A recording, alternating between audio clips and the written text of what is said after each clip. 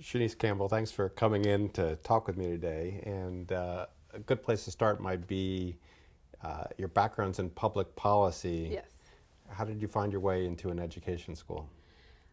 So my background is in public policy. In our program, one of the things that we had to do was select our focus area. And so I knew going into the program I was going to do some social policy. I just didn't know what social policy, whether it was health or marriage formation or education. So I didn't know. And so for me, it was like a soul searching of so my thought was what is the social thing that impacts every other social policy. And so for me, education, like true education, not schooling, but like true education was the anchor for me to like help eradicate or kind of solve other social policies. And so that's how I came to education policy. That makes sense. And so the education being the strongest determinant of life course outcomes outside of perhaps social background characteristics, Right. and so the greatest lever to make a difference in individual lives. Yes. And was there something earlier in kind of your own background that kind of led you to that realization of kind of the power and importance of education? So my grandmother was an educator for 25 years. So she taught K-12 for 25 years. And I remember in the summer she would bring home the computers, and so when I would go over to her house, I could play with computers. And this was where? In Kansas City, Kansas. Sorry. And so I would play on the computers, and then I just had this thing for teaching. Like I would line up dolls and then make my cousins sit there and teach to them. so I think that And the dolls would listen. The dolls would listen, and I would have to make my cousins listen. But so like that's how I think that was a function of it, a function of me like being in education, as well as I just had some amazing what I call and what the literature calls like other mothers and other fathers. So amazing Black women and Black men throughout my education that kind of really was really there. So part of my background is I do come from poverty and like drugs and all the horrible things, right? So part of me, I needed those other mothers to kind of push me and make sure that I stayed on track and stayed in the honors program and the IB programs. And so like they were my everything. So a lot of my work and a lot of like what I do is connected to my background. So the work that I do is centered, and you're probably going to get to this, sorry, but a lot of the work that I do is centered around how can we advance policies and practices to give opportunities to students of color, and that's a function of me as a woman of color and as a child of a Black girl of color getting those opportunities. And having teachers as the lever to help give me opportunities and tell me where scholarships were and tell me what programs to join and not to join. So, Well, I think of studying policy and education policy in particular in North Carolina. You have to confront race Yes. because you have to confront the legacy not just of slavery but of segregation. Yes, I think not just North Carolina, but North Carolina in particular. America in right, general. and so I've always had to confront race, whether that was Kansas, North Carolina, Chicago, wherever I've lived. But North Carolina in particular, so I went for undergrad, I went to North Carolina A&T, which is the #1 public HBCU, which is a historically Black college or university.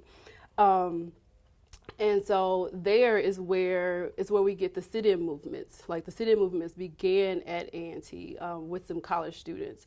And so like that is just a part, like that even further ingrained this fight for like justice and equity, because I was surrounded with the spirit of the civil rights movement.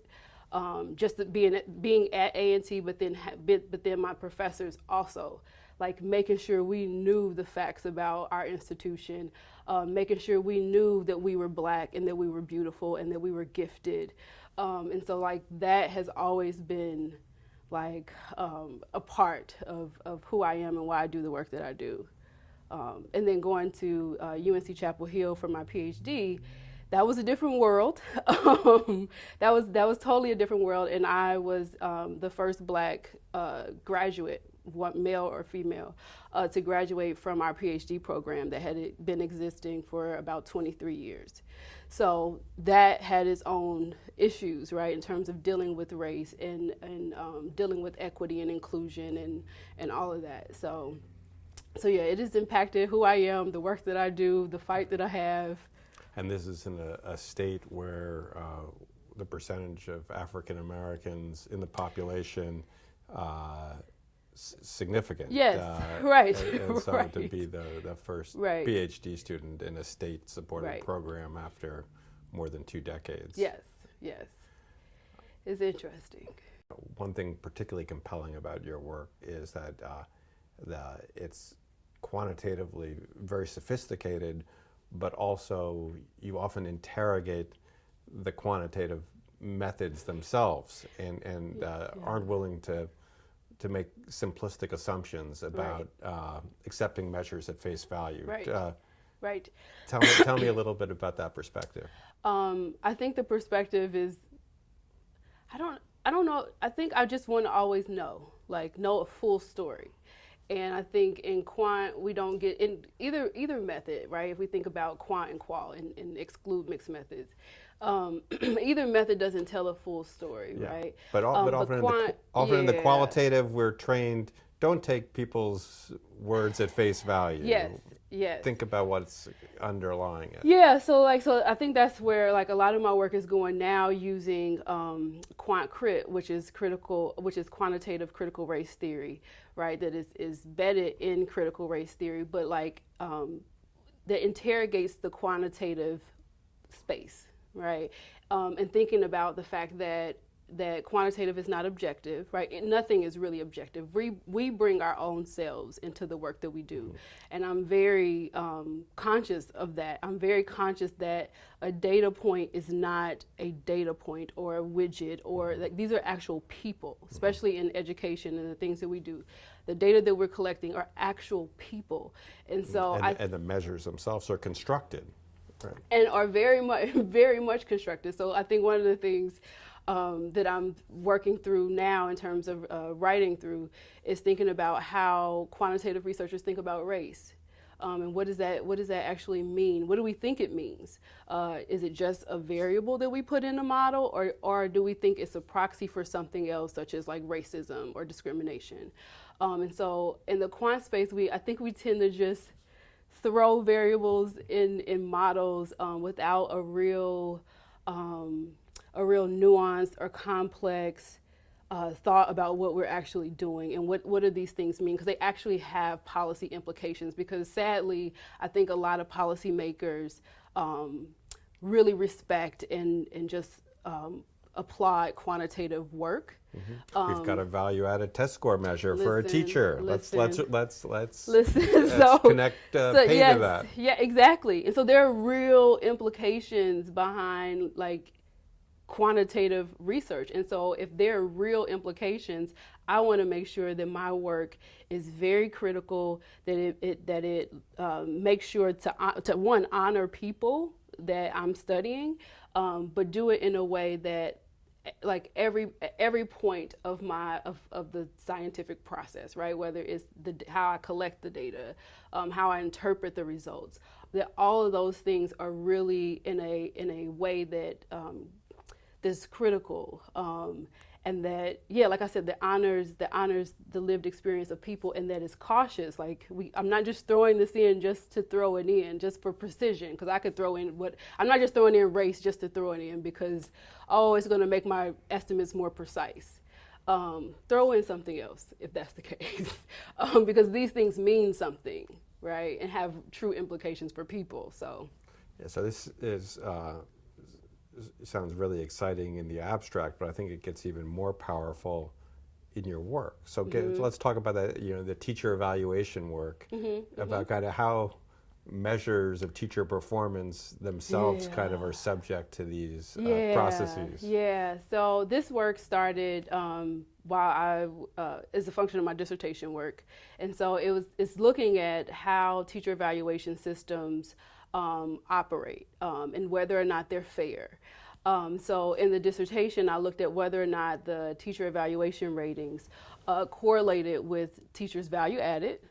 And let's just explain what is teachers' value added, just because for some in the audience that's not obvious. Yes, right. So let me explain teacher evaluation. So teacher evaluations, in the way that I took it up, is North Carolina threw Race to the Top in almost all states, about 48 states, adopted a teacher evaluation system. And so it was an Obama administration kind of it came out of Race to the Top. Already Duncan incentivizing kind of, let's take teacher performance seriously and encourage states to measure it. Right. And so one of the ways that they were measuring it was through classroom observations. And so that's the teacher evaluation system part that I'm looking at, is the observation ratings. And then I'm looking at whether or not there's a relationship between those ratings and a teacher's value added, which means the growth that the teacher was able to achieve. This is not the best way to explain this. It basically means how much growth a teacher was able to get their students from the time the student walked into the class until the time the student left the class. So how much growth in learning it is supposed to capture. How much the students have actually learned. Not what are they doing at the start or the end, but kind of the change, the growth. Yes. So I looked at the relationship between the observation ratings and the value added, and then I looked at how the ratings were being used, in the sense of looking at whether or not principals were rating teachers differently based on their race and gender. But the race and gender of the teacher. And so there, I found that like Black women were being rated lower across all measures on the evaluation tool. And so that was very interesting to me. And so that kind of bled into my postdoc when I was at the University of Michigan. And so I wanted to think more deeply about trying to understand why these evaluation ratings, why the results were what they were. And this is even lower than what you would expect with the measure of how much students were learning. Exactly. So when you include that into the model, right? So the way that it could be interpreted is that, when the teacher's quality, right? If we measure quality by value added, when the teacher's quality is for the most part similar, Black teachers are still getting rated lower than white teachers. There's something systematic going on. Right. And so I was wondering whether or not, maybe it's the principal. And maybe if we had outside raters, then we wouldn't see the same kind of bias show up.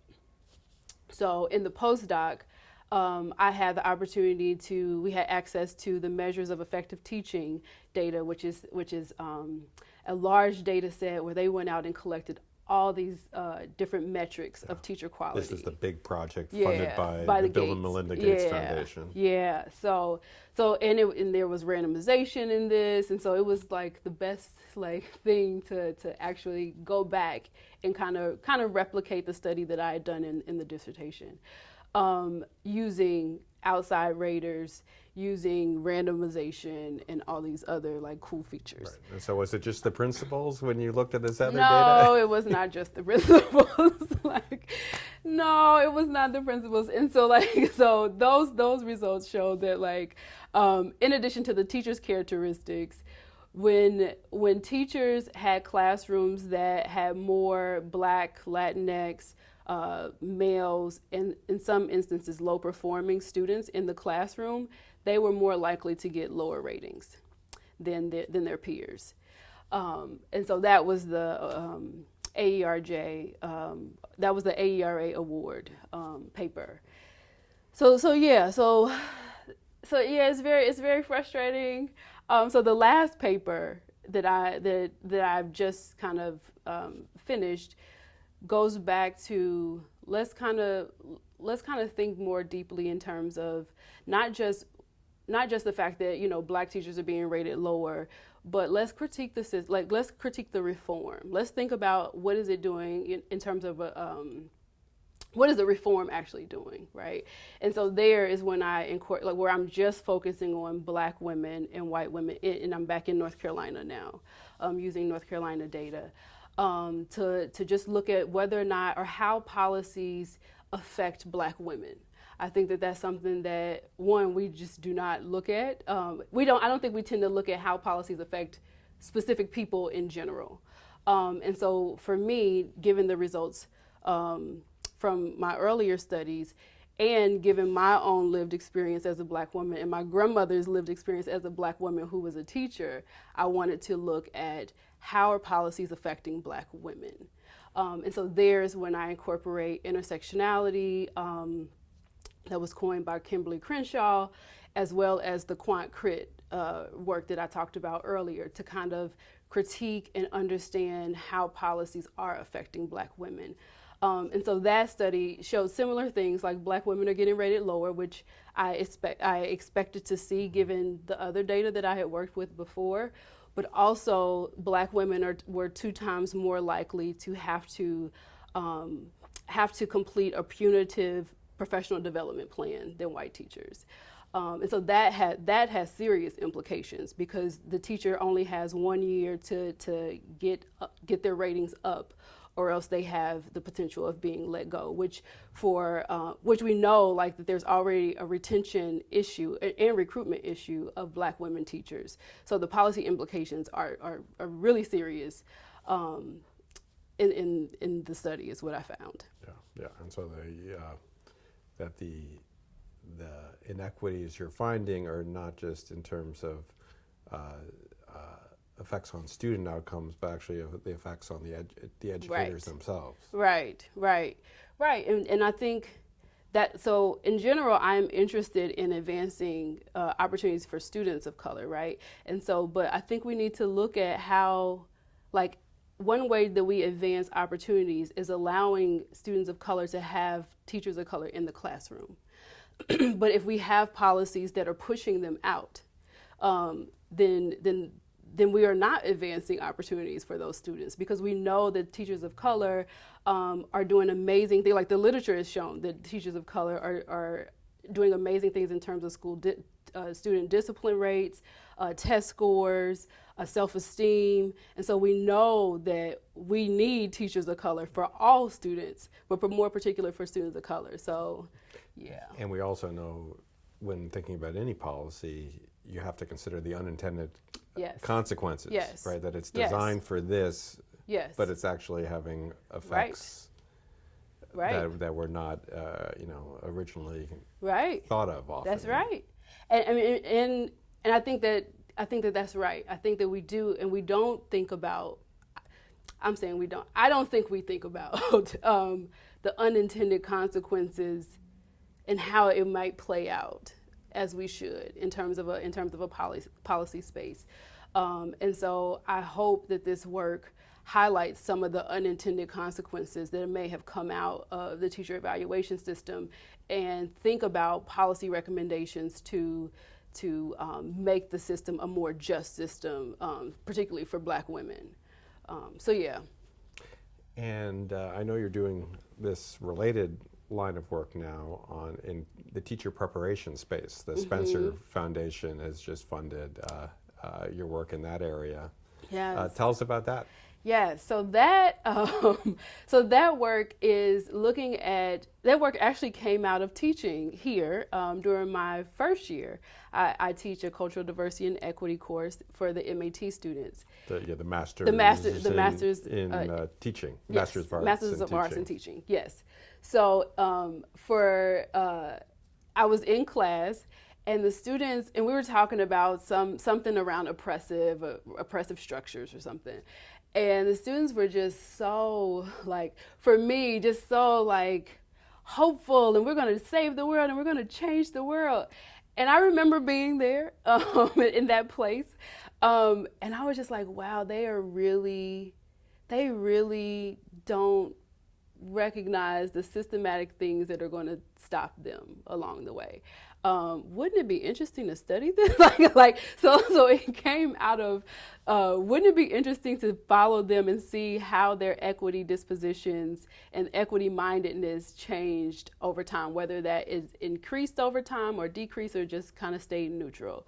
And so for the Spencer, I'm looking at, I'm starting kind of wider and looking at teacher prep programs and how they are fostering equity dispositions among their candidates. So equity dispositions, not just about like how people feel or value things, but actually what are they actually doing? So it's how you feel, what do you believe, and also what are you doing? And so that's looking at 2 teacher prep programs, because there's been a lot of research around teacher prep programs, but often it's in these one-off. Someone's doing research of their classroom space.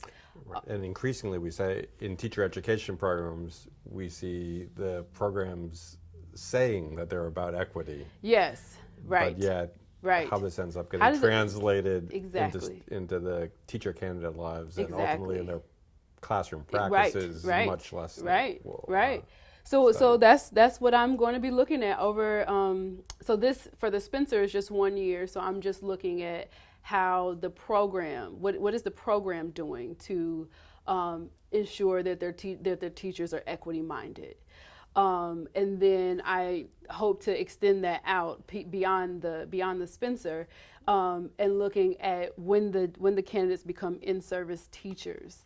And like how their equity dispositions play out over the next 5 years of their career. So I'm trying to track them over a 5-year period to see what happens, like, and think about whether or not it's administrative things that are preventing or that are allowing them to flourish, whether it's just their camaraderie with other teachers in the school that prevent or allow to flourish. So just trying to understand how equity dispositions shift over time and how can we sustain them, right? That's my bigger piece, is thinking about how can we sustain them. So there is a research component, but there's also a practice component, where I hope to go into the classrooms or go into schools and districts and think about like what kind of workshops can we offer to make sure that our equity mindedness is sustained throughout a teacher's tenure, throughout their career. So, yeah. So with the work, I think we try to aspire to these goals. The school as a whole, that we're not just doing academic research, but we're trying to make a difference in how undergraduate education works at UCI, yes. how our teacher education program works here in the school, what schools are in the community are doing. Right. Listen, I was a tax accountant before this life. I did not leave that good money to just do research for research's sake. Like I left because I wanted to be a servant. I wanted to serve the community. So even with the accolades and the best award, the award for best journal article, even that's not enough without changing practice. No, that is never enough. That is never enough. Not for me. Well, Shanyce, thank you very much for your powerful words today and for sharing them with me and with the larger community. Yes, thank you. Thank you.